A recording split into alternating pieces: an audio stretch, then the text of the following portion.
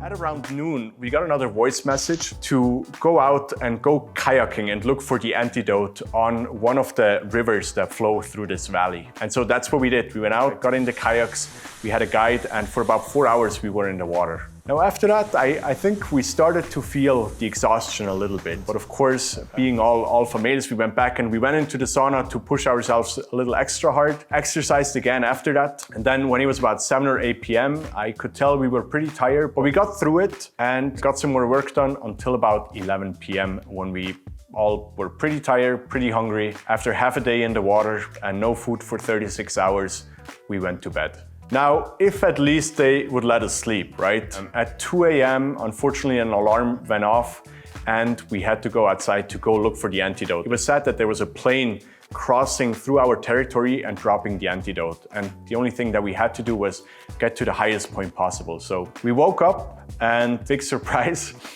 some of us were pretty hungry, tired, and kind of worn out at that point. And that's when it started to get interesting, right? That's the whole idea behind why we were fasting and why we challenged ourselves, because we wanted to experience how we all deal under pressure. Because if you're entering a relationship with one another, a partnership, and build a company together for the next decade or so, you better make sure you understand how each of you work under pressure and how you can function at that point. So we made sure everyone was fine, went out and enjoyed a beautiful view at the night sky. We even saw a plane, but unfortunately didn't drop any food or the antidote. So we went back to sleep. We're in bed by, I think, 4:30 a.m. At 6, we started again with a bit of morning exercise. This time we went to a mountain lake, which was pretty fresh. Got a core exercise done, and then we all went swimming in the lake. And that's definitely when I started to feel the energy that was coming from this team. We all held together through thick and thin, or in this case, mostly thin due to the fasting. And we had the last day ahead of us. Now, we have been fasting for more than 48 hours. And typically, in my experience, that's the toughest day, especially if you're still exercising. That's when your body switches from simple sugars to ketosis in the way it generates and gets energy. And so we all had a bit of a headache. We all were definitely slower than we would otherwise be, but we pulled it together. We got through the day. That evening, we got another chance to get the antidote and we went and played an escape room. An escape room for me is always like a mini stress situation. It's a great way to experience how people act and work under pressure. So we went and we failed. We almost made it out within 60 minutes, but we didn't. We got stuck at the last riddle. And so with our heads hanging low, we left the room knowing that we still hadn't found the antidote and there was another night of fasting ahead of us. And so that's what we did. Tuesday night, we went home, played another card game, tried to keep each other motivated, and we slept until the next morning. We worked out, we lowered the intensity.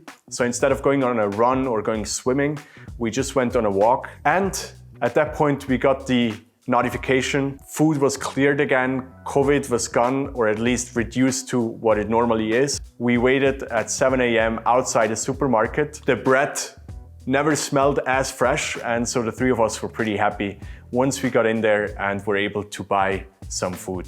We then took that home and had probably one of the most enjoyable brunches we've ever had. We shared our excitement with the rest of the team in another team call, and at around lunch, we packed it up. We left the retreat with lots of memories, understanding one another better, lots of emotions, but also a ton of work that we had done, and also lots of to-dos that we brought home with us. That's it. That's what we did on our first team retreat. I'm sure there's going to be more. I always find these incredibly fun, but also exhausting.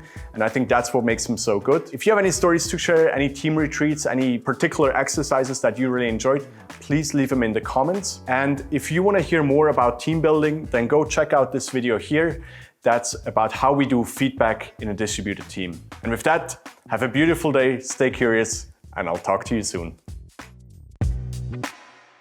Hey, if you like this video and you would like to do me a huge favor, then please smash that like button and subscribe. That's great for the YouTube algorithm and more people will see it. It will also make sure you will get to see all the upcoming videos on essentialism and entrepreneurship. And if there's a question or topic you would like me to cover, please let me know in the comments.